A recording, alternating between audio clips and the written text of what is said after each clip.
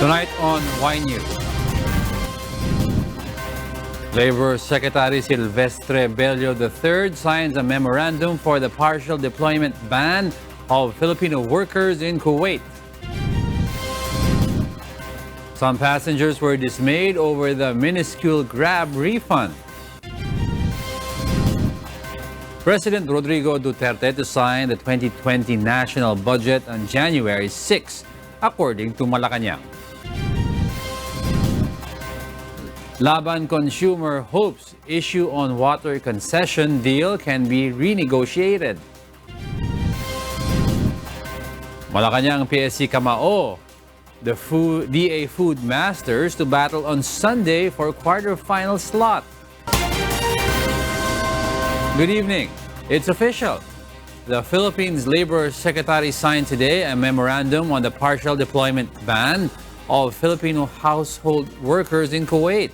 But Secretary Silvestre Bello III says the ban may be lifted conditionally.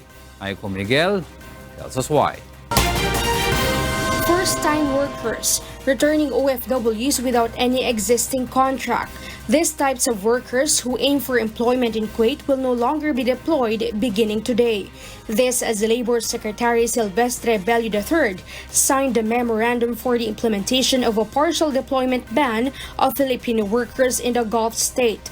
The governing body of the Philippine Overseas Employment Administration or POEA held a meeting earlier today. They were instructed to come up with a resolution for the implementation of the ban. Only the skilled workers and balik manggagawa household service workers with existing contracts are permitted to travel back to Kuwait. Kasi kung yung balik manggagawa, meaning you still have an existing employment and you just went home for vacation and are going back to your employment, then you're not covered. But if you are a former household worker, and that you want to go back to look for another employment, covered ka sa ban. The memorandum also requires recruitment agencies to reimburse all the expenses incurred by Filipino workers covered by the deployment ban. Secretary Bello met with Kuwaiti Ambassador Musaed Saleh Ahmad Al-Tueik yesterday on the rights of Filipino workers in Kuwait.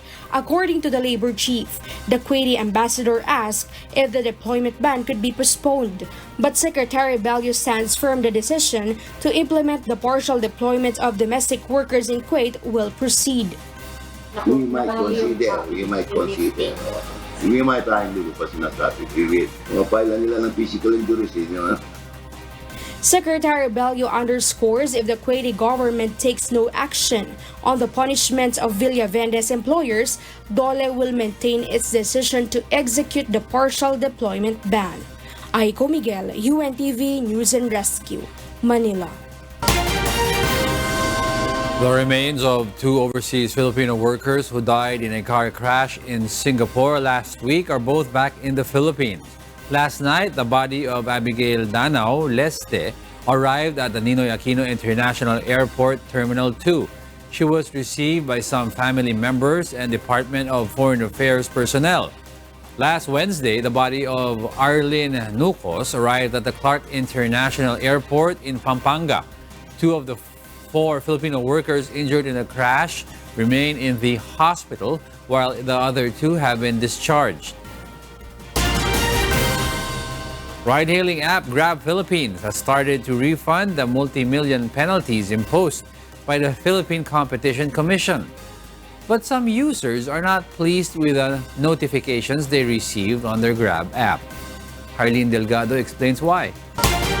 Sales specialist Ricky Corpus has been a Grab user for years. He says it is undeniably more convenient to use the ride-hailing app in his commute compared to mass transport, especially when experiencing heavy traffic. That is why it is a good news for him that Grab has started its refund to affected passengers as a result of the penalties given by the Philippine Competition Commission or PCC. However, when he redeemed his refund, he was surprised to get 2 pesos. Parang hindi naman makatarungan. Kasi normally, talagang almost half ng price yung in-increase nila. Sa 2 pesos, parang candy na lang yung mabibili ko. Some netizens also expressed their disappointment over the small amount of refund. According to Grab Philippines, the refund varies per user, depending on the number of their bookings and amount of fares paid during the months that were subjected to the penalties by the PCC. Grab Philippines President Brian Koo explains, some users will receive small refund as they have to allocate the fund to almost 3 million of their customers.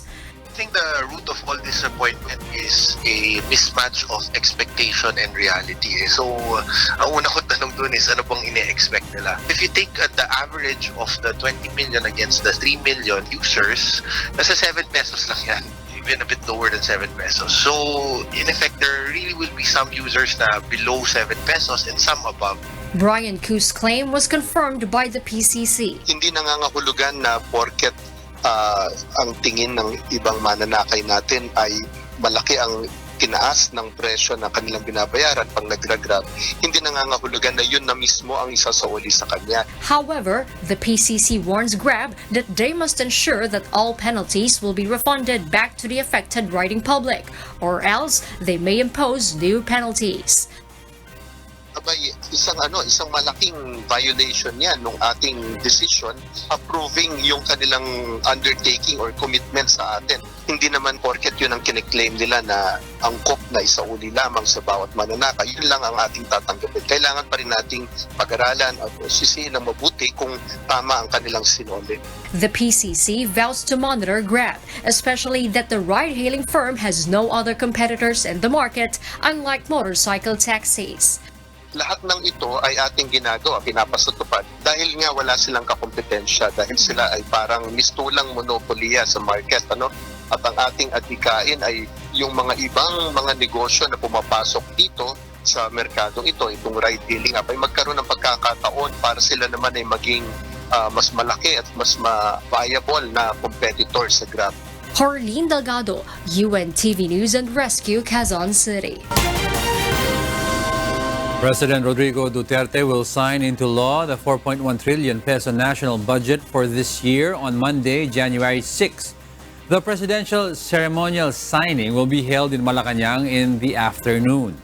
Presidential Legislative Liaison Officer Secretary Adelino Sitoy has not confirmed if the chief executive will veto any provision in the 2020 budget. According to presidential spokesperson and chief presidential legal counsel Secretary Salvador Panelo, the president has not told him anything about the possibility of vetoing any line item.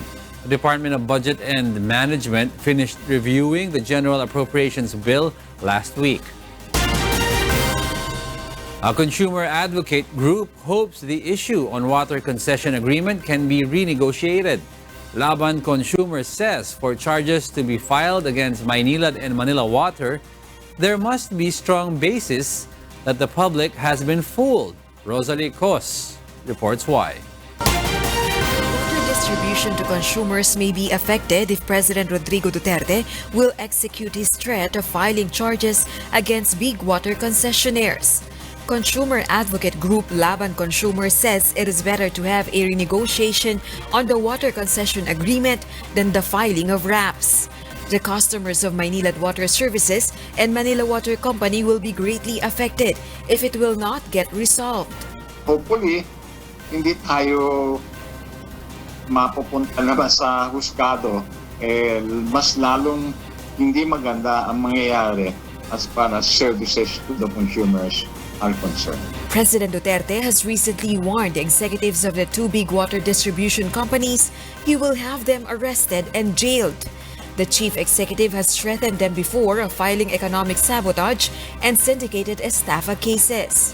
Yung nagtatanong kayo, saan yung big fish? Saan yung mga korupsyon? Saan yung malalaki? O i-deliver ko na sa inyo ngayon. Si Ayala pati si Pangilinan. Pag ipakukulong ko talaga sila. Kita mo, baski anong insulto ko, hindi na sumasagot. Sigurado, swak sila. Syndicated estafa. But according to the former Trade Secretary and now Laban Konsyumer President Attorney Dimadiba, there should be enough basis for the cases to be filed against the water concessionaires, including the collection and audit reports, as well as the duly accomplished judicial affidavit of the complainant. The 1997 water concession agreement itself is not enough evidence, he adds. Element na malinaw na niloko tayo, no? Panloloko na syndicated in the sense na malawakan at more than 50 million pesos ang halaga, no? So, yun yung threshold na kailangan mong i-prove. Rosa Licoz, UNTV, News and Rescue. A congressman urges President Rodrigo Duterte to also look into the power industry and not only water concessionaires. The lawmaker also recommends to the government to spearhead the construction of its own power plants. Vincent Arboleda will tell us why. As the government continues to resolve the issues on the onerous contracts between the government and water concessionaires Maynilad and Manila Water, Bayan Muna Party List urges President Rodrigo Duterte to also look into the power industry. Bayan Muna Party List Representative Carlos Zarate says the constant threats of thinning supply and brownouts in exchange for higher rates or more onerous contracts have been the cause of distress among consumers. Bayan Muna Chairman Nery Colmenares adds that even generation companies must not pass on their losses to consumers if they shut down their plant. Colmenares points out that these companies have a contract to provide electricity to the public. They should not be charging to consumers the problems that arise in their plants. Colmenares also recommends the Electric Power Industry Reform Act, or EPIRA, must be reviewed or repealed. Under the EPIRA, the rate of electricity can be increased if the supply of electricity lessens as compared with the demand. According to Congressman Zarate, he agrees with Energy Secretary Alfonso Cusi that the yellow and red alert warnings are a signal that the demand has caught up with the current supply of electricity. Though there is a need to make a way to add to the current supply, Zarate stresses that a nationalized comprehensive power plan must be studied well. According to the lawmaker, instead of relying solely onto private energy companies, it would be better for the government to spearhead the construction of its own power plants to ensure that it will not be abused by power oligarchs. Zarate also underscores the monopoly of private companies over the power generation sector must be stopped and the EPIRA law should be repealed to protect the welfare of the consumers. Vincent Arboleda, UNTV News and Rescue, Caloocan City. Labor Secretary Silvestre Bello III warns the public of fake solicitation letters circulating online purportedly coming from the Department of Labor and Employment. According to Bello, various DOLE regional offices and attached agencies received the said email, which appeared to have come from DOLE's administrative service. The letter requests for a donation of at least $100 for leukemia patients and orphans. The Labor Secretary warns the public, as well as the DOLE offices and Philippine Overseas Labor Offices, to be on alert and to immediately report similar incidents. The Department of Agriculture demands an explanation from the National Meat Inspection Service as to how pork contaminated with African swine fever, or ASF, ended up in the chillers of a supermarket in Quezon City. Agriculture Secretary William Dar has revealed that the city veterinary office discovered the ASF-infected meat sometime in December of 2019. Brought samples from all the chillers, and one chiller was where the source came from was the only found positive. The Bureau of Animal Industry has confirmed that the said batch of pork is indeed infected with the ASF virus. Dar says the supplier, identified as North Star, has already been issued with a notice of closure. The Secretary adds, however, it is up to the Quezon City government to file charges against the said supplier. The official calls on supermarket owners not to sell contaminated pork to prevent the spread of ASF.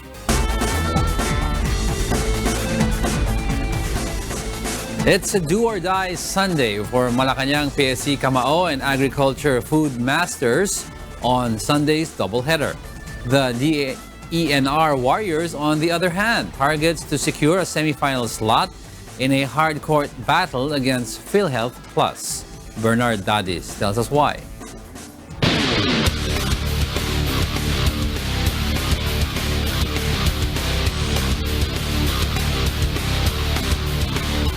Non-stop action is back on the hardcourt of the League of Public Servants this year. Malacanang PSC Cabao will face Agriculture Food Masters in a rubber match at 5 in the afternoon on Sunday at the Paco Arena in Manila City.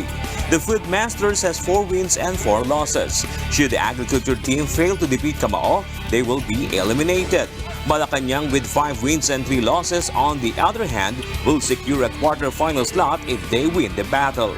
If the Palace teams fails, they will wait for the result of the clash between the PITC Global Traders and the Judiciary Magis on January 12.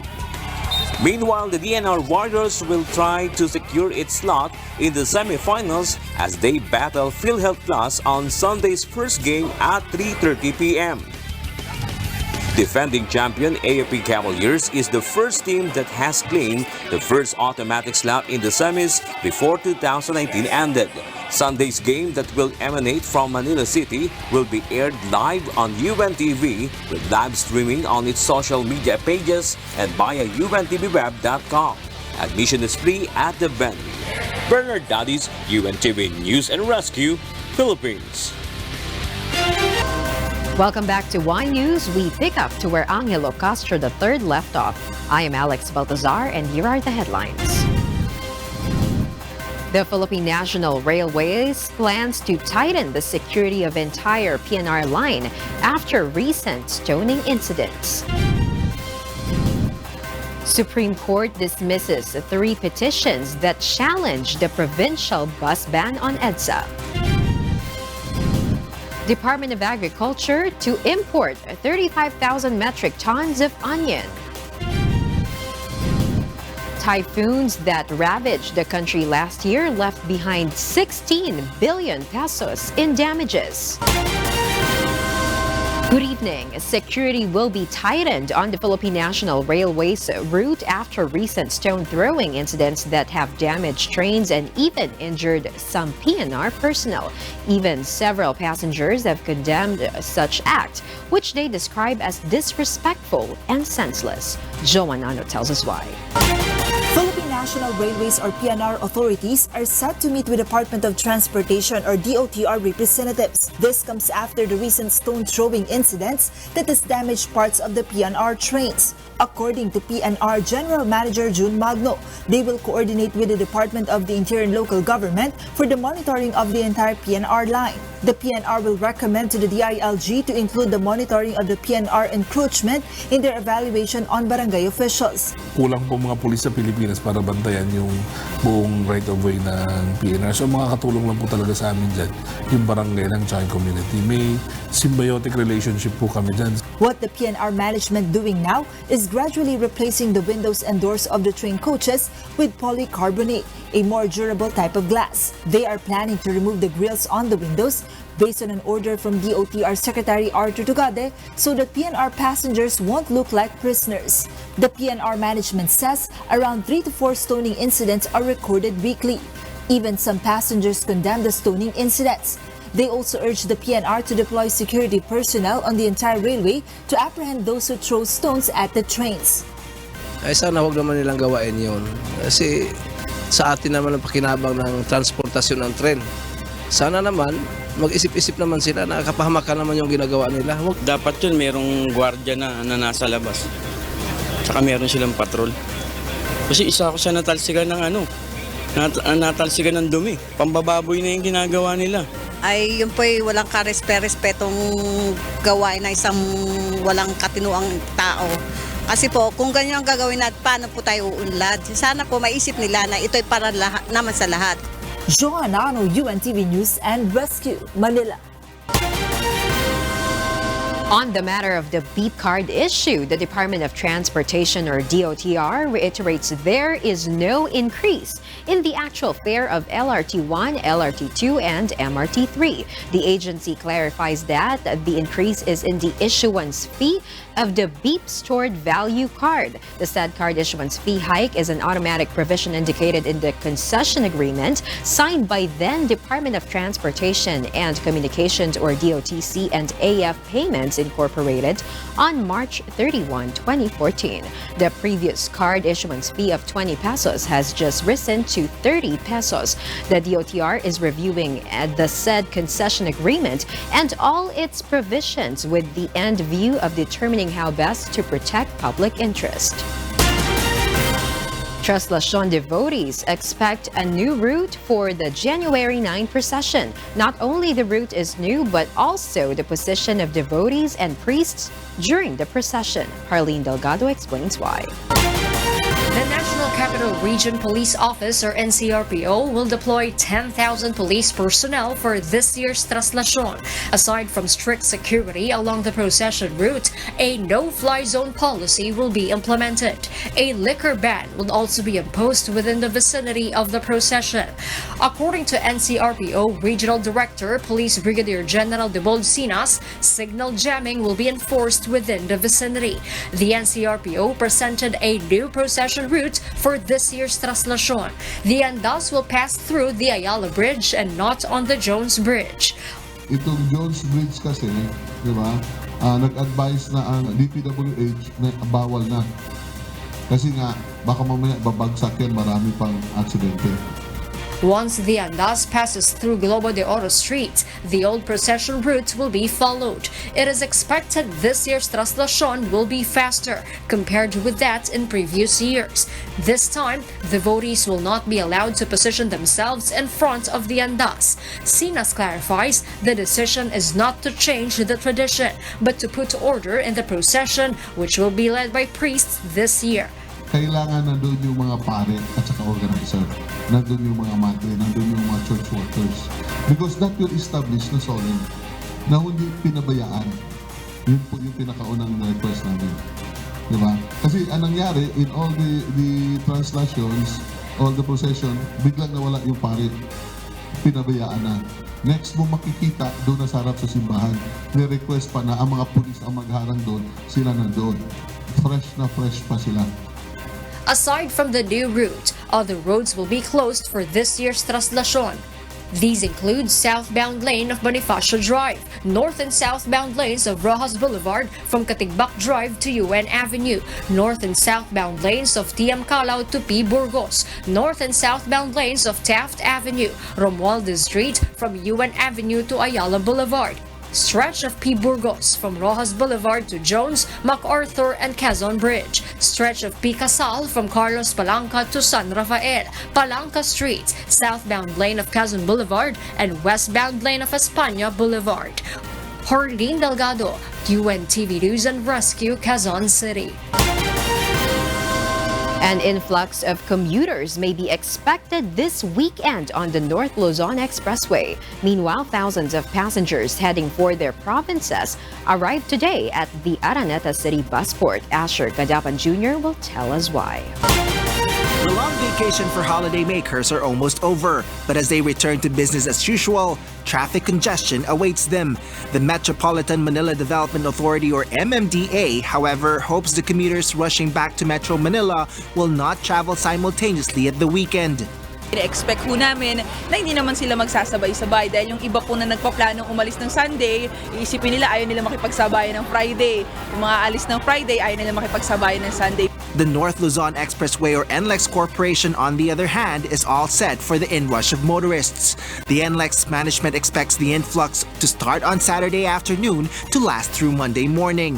Tuloy-tuloy po yung aming increased deployment ng toll tellers at saka mga patrol crews para matulungan at mas mabilis yung daloy ng traffic until January 6. If you are a public commuter and you want to know the at-the-moment or ATM situation on NLEX, just call the NLEX hotline or watch its live video streaming via the NLEX Corporation social media accounts. Meanwhile, thousands of passengers crowded the Araneta City bus terminal today. The Busport management estimates 6,000 to 7,000 passengers arrive at the terminal today. Most passengers were commuting back to their respective provinces, wanting to avoid the anticipated traffic jam towards the weekend. Well, sa mga bus company, mga extra schedule sila, no? So nakataya ngayon for those special permit na naibigay din sa kanila. Kaya makakaasa na makakasakay naman ang karamihan ng mga pauwi. Despite the augmentation of bus units, some bus lines are already fully booked until the coming days. Mahirap nga eh. Mahirap sumakay. Kasi kami wala pang ticket. Yung karamihan pala dito may ticket na. Wala na. Fully book na eh. Ubus na. Lahat na upuan mayroon na. Asher Kadapan Jr., UNTV News and Rescue, Quezon City. The Supreme Court has dismissed 3 petitions challenging the provincial bus ban on EDSA, which was briefly imposed by the Metro Manila Development Authority or MMDA in August last year. In a resolution dated December 3, the court said it dismissed the suit for violating the hierarchy of courts, saying it should have been filed with the trial courts. The High Court added a question on the manner by which MMDA approved the regulation and the issue of whether the ban on provincial bus terminals in EDSA eases traffic congestion are factual and requires reception of evidence and hearing which must be relegated to Court of Appeals or trial courts. The petitions were filed by Bayan Muna, Ako Bicol Party List, and Albay Congressman Joey Salceda. Rice farmers in Bulacan still have not received irrigation water allocation. They point out that Angat Dam, the source of irrigation water, is right in their province, but no allocation is given to them. Mon Hokson explains why. Thousands of farmers in Bulacan province are complaining that their rice fields have not received water allocation coming from Angat Dam. The Kamlungan Irrigators Association questions why their thousands of hectares of rice fields have not received water when Angat Dam is located in their province, yet Pampanga has received water for irrigation. Bakit ang Pampanga ay nabigyan na ng tubig na kami na dito sa Bulacan ay hindi pa nabibigyan na nanggagaling dito sa Angat Dam sa amin ang tubig? Bakit kami ay hindi nabibigyan? The farmers have raised their concern to the National Irrigation Authority or NIA since their livelihood has been much affected by the challenge they are facing. Karamihan sa kanila nagpunta sa NIA at nakipag-dialogue doon. Hindi nagkaroon ng kasagutan yung kanilang mga gusto. Ngayon na kailangan. But wala pa. Kasi nga, yun ang ano nila na hindi bibigyan. Yung bilang, buong Bulacan. Po talaga, mahirap pong pigain ng NIA. Kapag ano lang po ibigay sa kanila ng WRB, yun lang po paagusin nila. Kaya po kung sabi nga sa mga tao ko, kung sakalit at walang magagawa, dapat ang ralihin namin yung WRB kapag sila'y nangangasiwa sa tubig. Governor Daniel Fernando, for his part, has coordinated with the National Water Resources Board on the farmers' need for water for irrigation. Tumawag nga ako yung direktor ng NWRB kay Dr. David na yan, ginawa ng 15. Ginawa ng 20. Pag 30, pwede na. Okay na yan. Yung 30 CMS. Abi, syempre, ito rin Enero. Kasi para maka-allocate lahat. For now, what the farmers can do is wait and hope for their appeal to be heard and realized. Bulacan is among the country's top 5 outstanding provinces that contributed toward achieving rice sufficiency in the country, producing an average of 4.57 metric tons of rice per hectare. Mon Hokson, UNTV News and Rescue. The Philippines will import 35,000 metric tons of red onions. The Department of Agriculture says this is enough to cover the onion production gap equivalent to 2 months. In Muñoz Market, a kilogram of red onions amounts to 280 pesos. Based on the DA's assessment, the quantity of onions to be harvested this year is enough for a 12-month supply, but has a shelf life of only 6 months. Modern technology is necessary to prolong the shelf life of onions. Baka pwedeng may processing na gawing powder. Kasi pag powder yan, mas mahaba yung shelf life. Yes. The tropical cyclones that affected the country in 2019 left a total of about 16 billion pesos worth of damages and losses. This amount is lower than the record of 34.45 billion pesos in 2018. Typhoons Tisoy and Ursula that lashed in December last year cost 6 billion pesos worth of damages, according to the Department of Agriculture. Despite this, the DA expects to record agri growth in 2019 of at least 2%. The rice self-sufficiency of the country is at 85%. The Philippines imported 3 million metric tons of rice last year. Welcome back to Wine News. Congressman Ismael Toto Manguda Datu has been expecting Ampatuan Jr. to appeal the court's decision in connection with the Ampatuan massacre cases. Nonetheless, the lawmaker is not worried despite the convict's appeal. Dante Amento tells us why. Mindanao Representative Ismael Toto Manguda Datu is not surprised with Ampatuan Jr.'s move to appeal the court's decision in connection with the Ampatuan massacre cases. Andal Jr. is the primary accused in the gruesome killing in Ampatuan town over a decade ago, while Congressman Manguda Datu is the main complainant in the cases. Expected namin yan. Pero kung magkaroon man ng final conviction, kumbaga, dapat sa panahon na yan may bitay na. Dahil para hindi natularan yung mga ganitong klaseng gawain. Manguda Datu emphasizes, however, he is not worried because the evidence against the accused is sufficient and strong. The lawmaker assures he will fight for the cases even until it reaches the Supreme Court. Yesterday, Ampatuan Jr. filed a notice of appeal with Quezon City Regional Trial Court Branch 221 that he will be appealing the case directly to the Court of Appeals. Meanwhile, 3 other convicts, Anwar Ampatuan Sr. and his sons Anwar Sajid and Anwar Jr. seek reconsideration of the court. They insist the court erred in convicting them over the killings, citing supposed loopholes in the testimonies of the witnesses. Dante Amento, UNTV, News and Rescue. The armed forces of the Philippines says the termination of martial law in Mindanao has made a positive impact on the region's economy. Authorities also assure that Mindanao residents need not worry about security after the martial rule ended. Aiko Miguel tells us why. The Armed Forces of the Philippines has seen a positive impact on the economy after the termination of martial law in Mindanao last December 31st. Kaya it will attract actually investors, and other tourists para pumunta sa isang lugar. Actually, martial law before became a deterrent sa ibang investors. Dahil nga, pagka ako mag-invest dyan, I will just be risking my money because may martial law nga. Brigadier General Maurito Licudin, commander of the Philippine Army 402nd Brigade, says that even without martial rule, the security being implemented in the region will not change, especially that he oversees 75% of the Caraga region. The new People's Army remains banned in parts of Caraga. On the other hand, some residents in Butuan say they are more confident about their safety while the martial law was existing. May mas ma-relieve may mga kita may og kaning mga nasa authority nga mga tao kay ay safe mi kay na sila. O walay martial law, walay kadlok. Bisan ilatanan oras adlaw ana singgit-singgit ana mo na naobserbahan ako. Budget gamay kay murag kampante naman ta sa martial law direct. In Zamboanga City, curfew has been lifted especially for minors, but the Armed Forces of the Philippines assure there is no change in the security being implemented.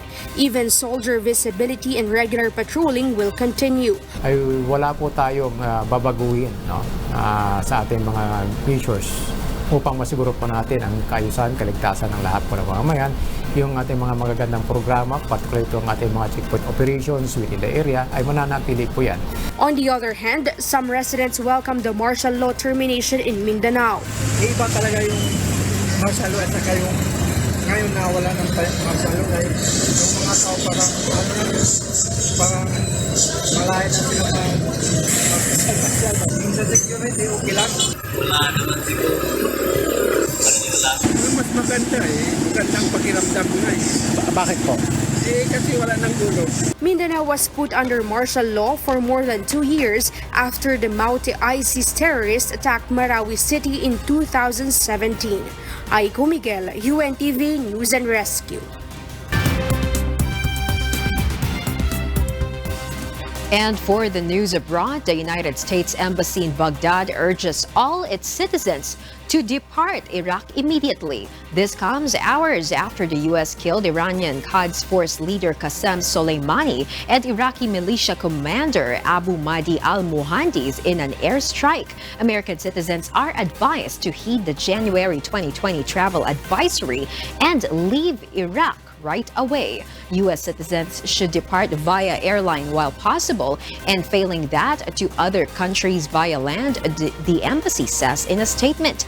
The U.S. Consulate General in Erbil is open for visa and American citizen services appointments, including passport issuance. U.S. citizens in Iraq or those concerned about family in Iraq should contact the Department of State at 1202-501-4444 or toll-free in the U.S. at 1-888-407-4747. The actions to take are as follows. Do not travel to Iraq. Avoid the U.S. Embassy. Monitor local and international media for updates. Taiwan's Blackhawk helicopters won't be flying until the completion of an investigation into yesterday's fatal crash, killing 8 military officials. An acting chief of general staff has been named immediately. Amiel Pascual reports why. Taiwan has grounded its 52 Blackhawk helicopters for inspection following a fatal crash on January 2nd in New Taipei City. 8 military officials, including Taiwan's Chief of the General Staff, Air Force General Shen Yiming, were killed in the incident, while 5 others officials survived. Reports say the helicopter was headed for an army base in the northeast of Taiwan. The Ministry of National Defense has said that a special task force will be formed to investigate the cause of the crash. The chopper's fuselage structure, radar, control, and other systems will be inspected. U.S.-Taiwan Business Council President Rupert Hammond Chambers described CGS Shen as a kind and intelligent person, steeped in humility and highly respected within Taiwan's military and civilian leadership. Deputy Chief of General Staff General Liu Chi-pin has been named Acting Chief of General Staff to ensure the military's capability to continue its operations as normal. Amiel Pascual, UNTV News and Rescue, Taiwan. Amazon's climate activist workers are outraged by the tech giant's updated communications policy, which they say has a chilling effect. Kath Dumaraos will tell us why. The loud cry for climate change from a group of their employees has certainly reached the doors and ears of Jeff Bezos and Amazon executives out of the joint. But contrary to what the workers expected as an intensified move towards climate justice, some of them have been threatened to be fired, the Amazon Employees for Climate Justice says. This after a few members of the group spoke about wanting their company to be a leader in the worldwide effort to avert climate catastrophe. In a statement, the group says Amazon tech workers have been contacted by legal and HR representatives to question them about their public comments on the company's responsibility in the global climate emergency. Those workers are the Amazon Employees for Climate Justice as leaders. Victoria Liang, a software engineer at Amazon, said Amazon's newly updated communications policy is having a chilling effect on workers who have the backbone to speak out and challenge Amazon to do better. She adds the policy is aimed at silencing discussion around publicly available information. On September 19, 2019, Amazon became the first signatory of the Climate Pledge, a commitment to meet the Paris Agreement 10 years early, but the employees want more. Amazon Employees for Climate Justice is a group of the company's workers who believe it is our responsibility to ensure our business models don't contribute to the climate crisis. Kat Dumaraos, UNTV News and Rescue. Are you a traveler who admires a place for its culture and heritage? Getsi money found in Colonia, considered as one of the world's coolest neighborhoods, has just what any backpacker looks for. But the residents in the community are now facing a threat, and they want to resist it. Nina Armilio tells us why.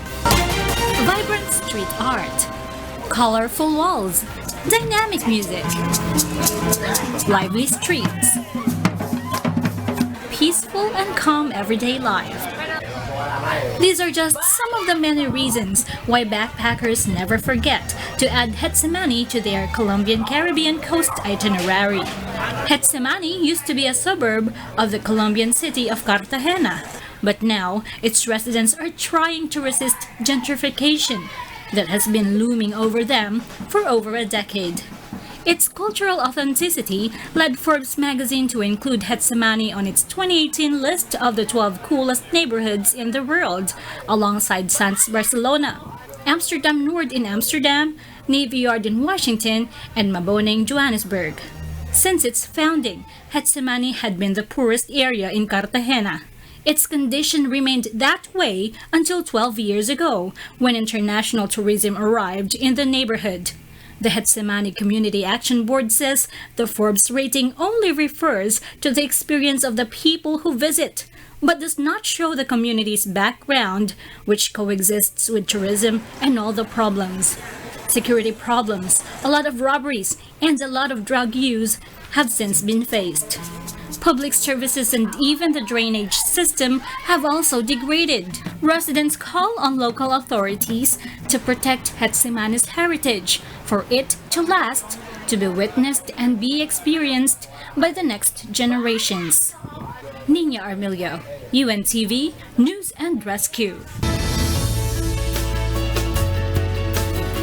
Who doesn't know EDSA? Many call it various names like the largest parking space in Metro Manila, while others describe the heavy volume of vehicles as monster traffic. If you're a motorist who cannot avoid to pass through EDSA, here are some of the things you must keep in mind. Mon Hokson reports.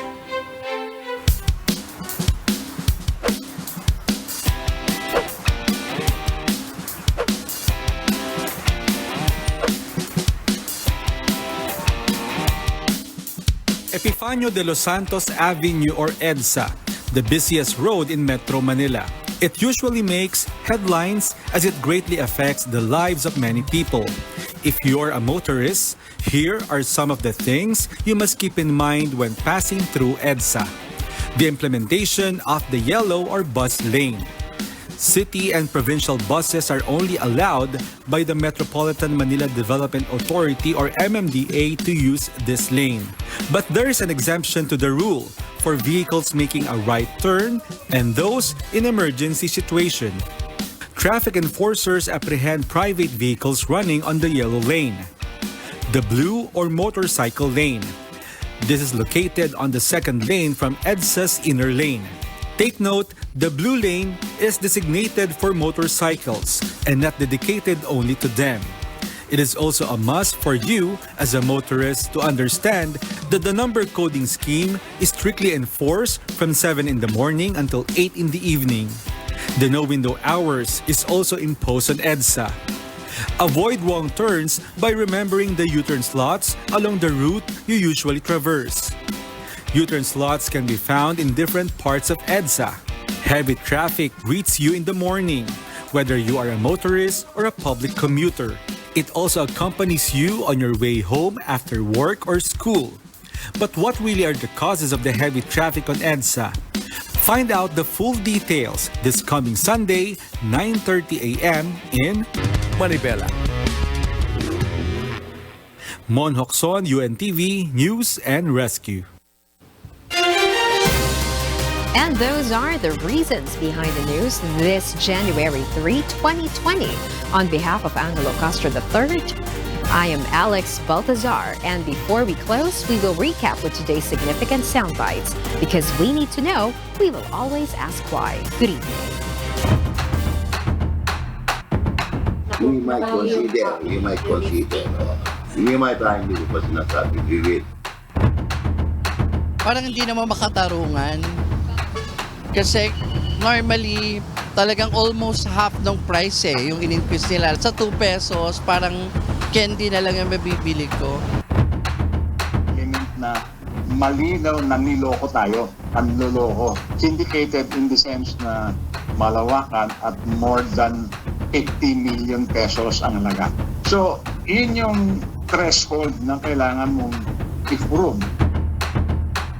Ay nabigyan na ng tubig na kami na dito sa Bulacan ay hindi pa nabibigyan na nanggagaling dito sa Angat Dam sa amin ang tubig.